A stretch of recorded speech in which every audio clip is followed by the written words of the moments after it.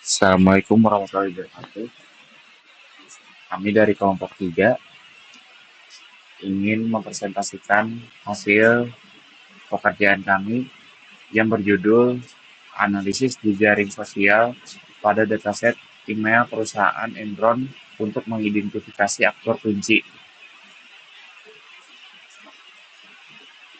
Ada teman saya yang bernama Dusta Ariangga Firdaus dengan NIM 310123023802 dan saya Yonda Papangestu 310123023785. Apa itu analisis jejaring sosial?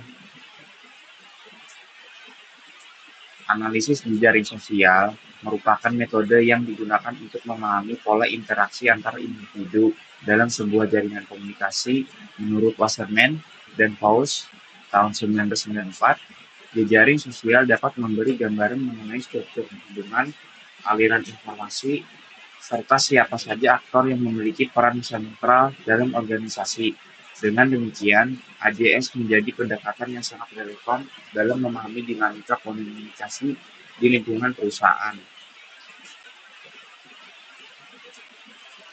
Contoh dataset jejaring sosial pada komunikasi internal perusahaan menggunakan Enron Email. Salah satu dataset komunikasi internal perusahaan yang paling terkenal adalah Enron Email Dataset, yaitu kumpulan lebih dari 500.000 email yang dipublikasikan oleh peneliti setelah kasus kebangkrutan Enron. Dataset ini sering digunakan untuk riset jaringan karena mencerminkan interaksi nyata antar pegawai dalam sebuah organisasi besar, atau disebut dengan Klim dan Yang 2004. Mengapa AJS penting untuk komunikasi perusahaan?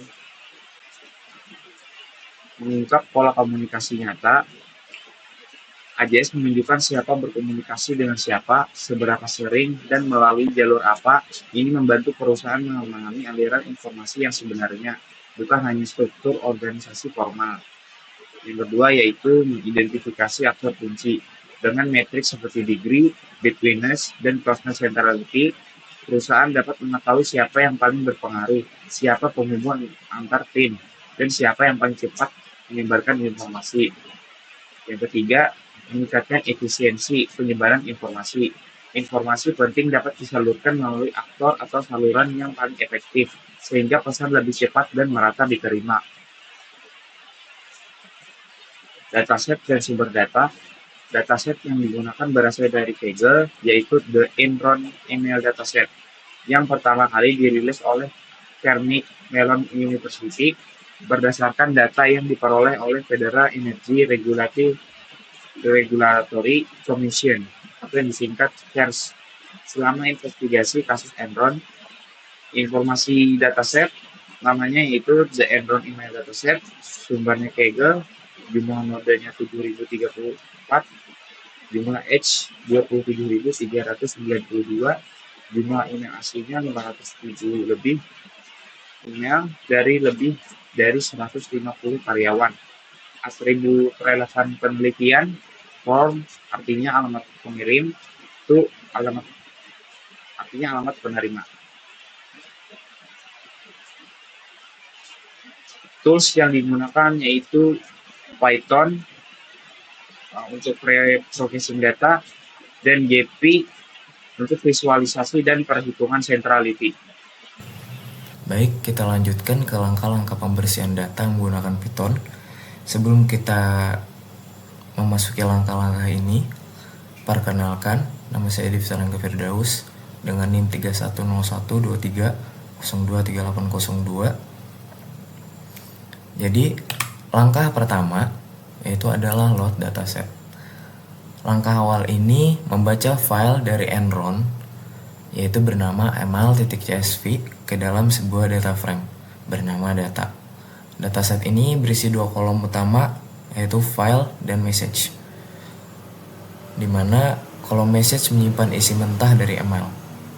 Penjelasan kode ini membaca ML CSV ke dalam data frame pandas bernama data. PD adalah pandas. Fungsi data head digunakan untuk menampilkan 5 baris pertama sebagai preview. Selanjutnya, kita menghapus karakter ASCII control. Langkah ini digunakan untuk membersihkan karakter tak terlihat atau ASCII 0 sampai 31 yang sering muncul dalam data mentah ML. Karakter tersebut dihapus agar teks menjadi lebih bersih dan tidak menimbulkan error saat diproses lebih lanjut. Penjelasan kode. Fungsi ini menghapus karakter ASCII control atau kode 0 sampai 31 dari seluruh sel data frame. Selanjutnya, kita ke ekstraksi alamat ML, pengirim dan penerima. Fungsi ini bertugas untuk mengekstrak alamat ML dari teks pesan atau message tadi di regex, digunakan untuk mencari pola ML setelah kata from dan to. Hasilnya berupa dua nilai, alamat pengirim from dan alamat penerima to. Penjelasan kode. Fungsi ini mengekstraksi alamat ML dari teks mentah kolom message. Kita mengambil dari kolom message, yaitu ada dua atribut, yaitu from dan to, yang kita ambil dari kolom message. Selanjutnya, kita ke tahap analisis, tahap pembersihan data. Di sini kita ada dua tahap, yaitu yang pertama mengidentifikasi dan mengganti string kosong atau berisi spasi pada kolom from dan to menjadi nilai hilang atau none, sehingga data yang tidak memiliki informasi ML tidak dianggap valid. Terus yang kedua yaitu menghapus baris yang tidak memiliki pengirim maupun penerima agar hanya data komunikasi yang lengkap yang dipertahankan. Penjelasan kode. String kosong atau spasi diganti dengan none. Lalu baris yang tidak memiliki pengirim atau penerima dihapus. Selanjutnya kita ke filter domain enron.com untuk analisis jaringan sosial.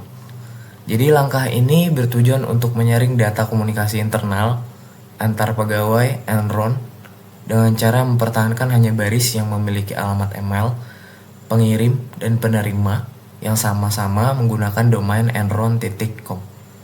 Filter ini memastikan bahwa analisis jaringan sosial yang dilakukan hanya mencakup komunikasi internal perusahaan, sehingga hasilnya lebih relevan dan terfokus.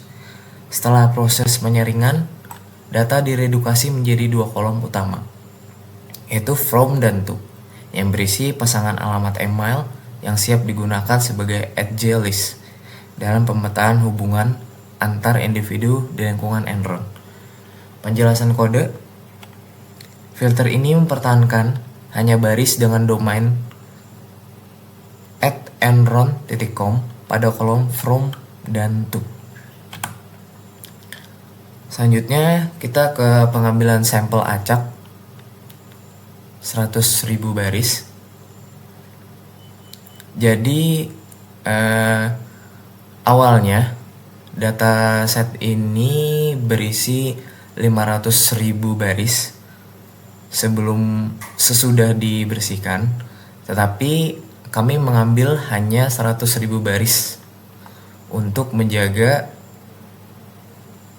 agar GPI di run tidak ada kendala. Langkah ini bertujuan untuk mengambil sampel acak sebanyak 100.000 baris dari data komunikasi internal Enron yang telah dibersihkan. Proses sampling dilakukan secara acak, namun tetap terkontrol dengan menggunakan parameter random step, sehingga hasil yang diperoleh konsisten jika dijalankan ulang. Dengan cara ini, skala data dapat diperkecil tanpa menghilangkan representasi pola komunikasi yang ada, sehingga analisis tetap relevan dan efisien. Penjelasan kode. Jadi kita mengambil sampel 100.000 data dari set acak agar hasil konsisten. Selanjutnya, kita ekspor sampel ke file Excel. Setelah proses pengambilan sampel selesai, hasil data kemudian diekspor ke dalam file Excel dengan nama subset underscore 100k XLSX. Penyimpanan dalam format Excel memudahkan penggunaan data untuk analisis lanjutan maupun visualisasi jaringan sosial. Dengan adanya file ini, peneliti dapat mengakses subset data secara lebih praktis sekaligus menjaga efisiensi dalam pengolahan data yang benar. Penjelasan kode yaitu subset 100k XLSX itu nama file outputnya, terus indeks data frame tidak ikut disimpan dari indeks sama dengan false. Selanjutnya kita ke render dataset Enron menggunakan Gepy. Ya, Assalamualaikum warahmatullahi wabarakatuh. Nama saya Yuanda Lopangistu. Di sini saya akan mempraktekkan menjalankan data Enron di dalam Gepy untuk melihat perhitungan between, closeness, dan degree. Baik, pertama-tama kita buka Gepy, open recon, import spreadsheet. Oke, di sini kita akan buka ya datasetnya, yaitu tadi ada sub 100k. Kita buka di sini, lalu pilih ini XL XS. Nah, ini ada subset 100k ya, berarti ini adalah dataset Enron yang berisi 100 data. Open. Nah, di sini ada tampilan seperti ini, kita next saja, lalu finish.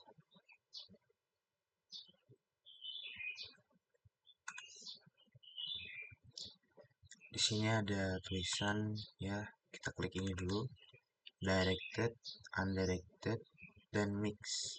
Karena dataset ini hanya satu arah, berarti directed. Kita pilih directed, lalu klik ini append to existing workspace. Oke.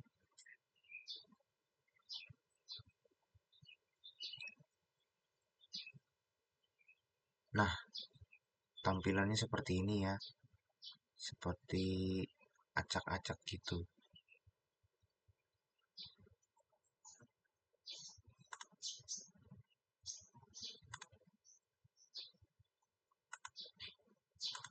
Oke, kita pilih di sini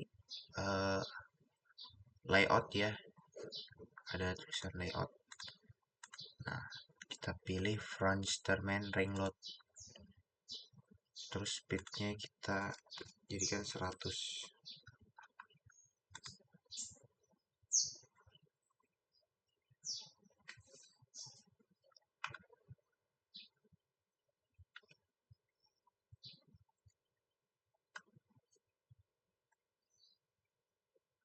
Nah, kita tunggu dia sampai melebar satu. Nah, ini adalah node yang titik-titik ini ya, dan yang garis-garis ini edge-nya.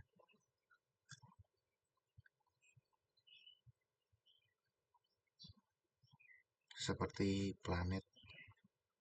Oh ya, ngomong-ngomong, kita run dulu ini. Average which degree, take torque diameter. Karena ini directed, pilih directed, dan centang ini grab density-nya ya juga, lalu klik.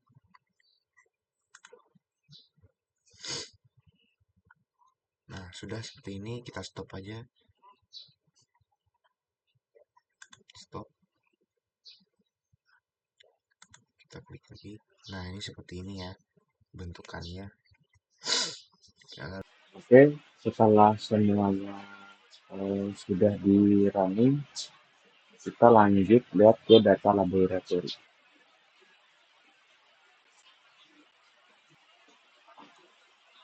Nah, ini kita lihat iklimnya ya. Ini paling tinggi adalah Vince Kaminsky, Sally Beck, Sarah Jones, Steve, dan Lois. Ini yang 5 teratas. Kalau ini yang sentral itu ya, kita akan melihat yang between-nya. Range, tarik sini. Lalu di data table tadi, kita ingin melihat di visualisasi di graph-nya itu kita lihat berapa dan di mana orang 5 teratas ini ya. Ctrl A, C,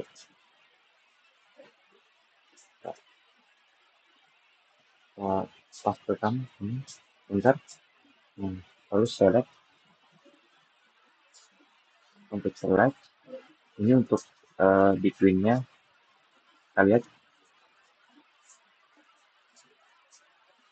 Nah, ini untuk between-nya ya 5 orang teratas.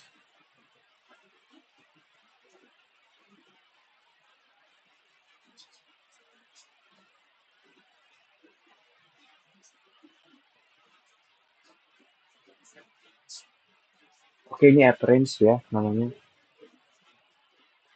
Kita besarkan ya modenya. Mungkin between. Ini size-nya kita besarkan. Lalu kita apply. Kurang besar. Apply lagi. Ini besarnya. Nah, ini dia untuk di dalam graph-nya ini orang yang paling teratas, 5 teratas. Stephen, Sally Beck, Lois Kitchen, Minsk, Kaminsky, dan Tano Jones. Ini sama dengan table yang sudah kita ranking. Ini ya, nih. Lois Kitchen, Stephen Chen, Tano Jones, Sally Beck, Minsk, Kaminsky. Terus kita akan memfilter closeness 5 teratas. Degree dah. Degree 5 teratas yang tertinggi. Nah, ini 1, 2, 3, 4, 5. Kita copy.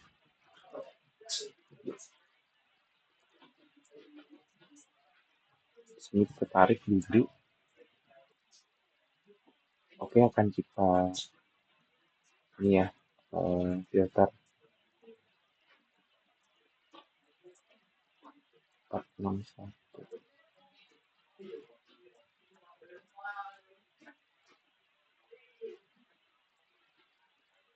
Yang 40. Oke, kita select. Dan ini orang yang degree-nya 5 teratas.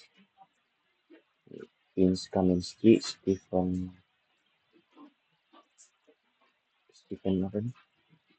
Ken, Sally Beck, Tana Jones, dan Sarah Sally. Oke, ini untuk closeness centrality-nya ya. Di nomor 1 Enron announcement, kita akan filter 5 orang teratas di dalam closeness centrality. Oke. Dan kita select overview. Dan ini adalah 5 orang teratas yang ada di closeness centrality. Ini ya. 1, 2, 3, 4, 5. KC paling akhir. Ini si KC dong. Oke, itu saja dari saya. Yang pertama, di sini kita mencari degree centrality. Jadi degree centrality Di sini yang paling dominan yaitu tanajones@enron.com, yaitu dengan hasil degree 608.